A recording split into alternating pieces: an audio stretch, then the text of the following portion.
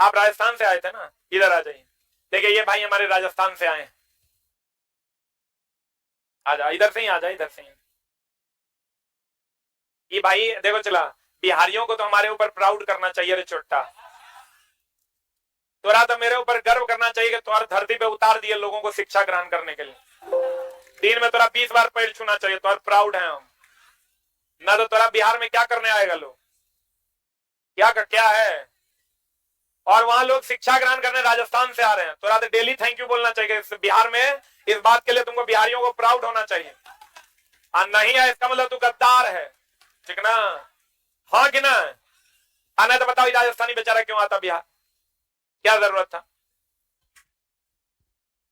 हाँ, लोग बिहार से कमाने जाता है, लोग बिहार पढ़ने आया। कितने लोग आउट ऑफ स्टेट वाले हैं? बैग लो, छोटा बिहारी सब प्राउड करो, समझा?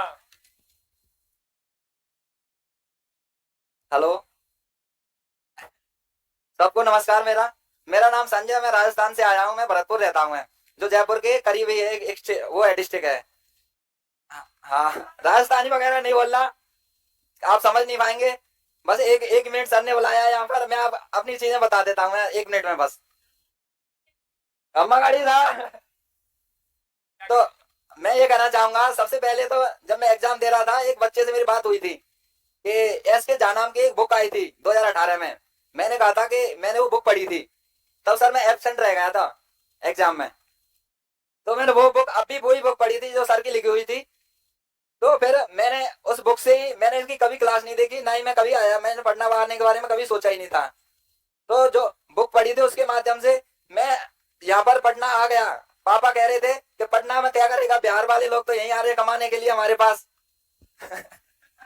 वहां क्यों जा रहा है, कुछ और मकसद होगा तेरा।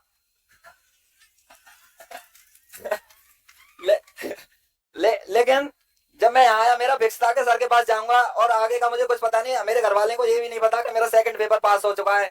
वो तो अब भी कहते हैं तू आखिर पटना में कर क्या रहा है। आने के बाद मैं लॉज गया था सर के पास, सर ने वीडियो देखा था आंसर के आने के 1 दिन बाद ही लॉज गया था। और वहां पर देखा था कि बहुत, मतलब पहले तो जाते के सिस्टम खराब हो गया था, अच्छा नहीं लग रहा था बिल्कुल। मन कर रहा था कि कहीं बाहर चले जाओ रहने के लिए। तो सर ने कहा कि पैसे भी नहीं लेंगे, कुछ भी नहीं लेंगे। और मेरे दोस्त भी थे, दो यहाँ आया था, 2-3 दोस्त वैसे ही बन गए। तो उन्होंने कहा चलो यहीं रह लेते हैं, कोई दिक्कत नहीं है, बाहर कमरा वमरा नहीं मिल रहे यहाँ पर। तो लॉज बहुत अच्छा लगा, और अब ऐसा लग रहा है कि 2-3 दिन और रहे, जाने का कोई मन नहीं कर रहा। सर ने इतनी सारी व्यवस्था की है, सर ने इतनी व्यवस्थाएं की हैं कि कूलर लगा दिया, पानी के लिए आरओ का पानी पिला दिया, और खाने के लिए खाना बाहर से, पेट खराब हो जाता, कई दिन से खाना नहीं खाते थे हम, तो सर अंदर ही खाना बनवा रहे हैं मैस का। और मच्छरदानी भी लिया है।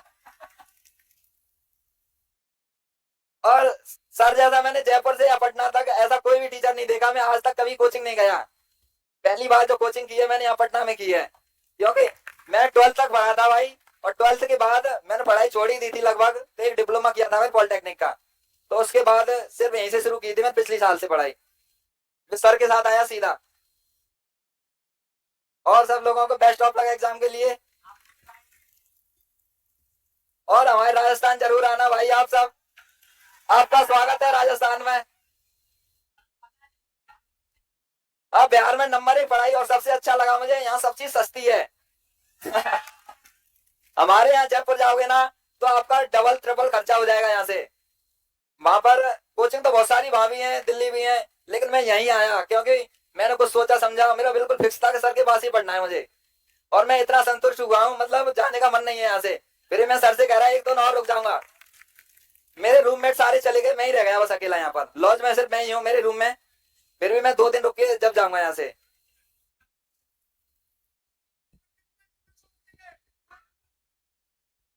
अभी चला जो लॉज है ना हमारा, वहां सब लोग आपस में दोस्त हो गए हैं, ठीक ना? और जब जाते हैं तो लगता है एक परिवार जन। चलिए इन सब बातों को यहीं विराम देते हैं। आपका भी मन उब गया होगा क्योंकि हम लोग 3 घंटे से बैठे हुए हैं। आप सबों को ढेर सारा प्यार और हमारे ऊपर विश्वास करने के लिए एक बार फिर से ढेर सारा धन्यवाद। हमसे अगर कोई गलती हो गई हो तो हमें माफ कीजिएगा, कोशिश करेंगे आगे और आपके पैमाने पर खड़े उतरने का।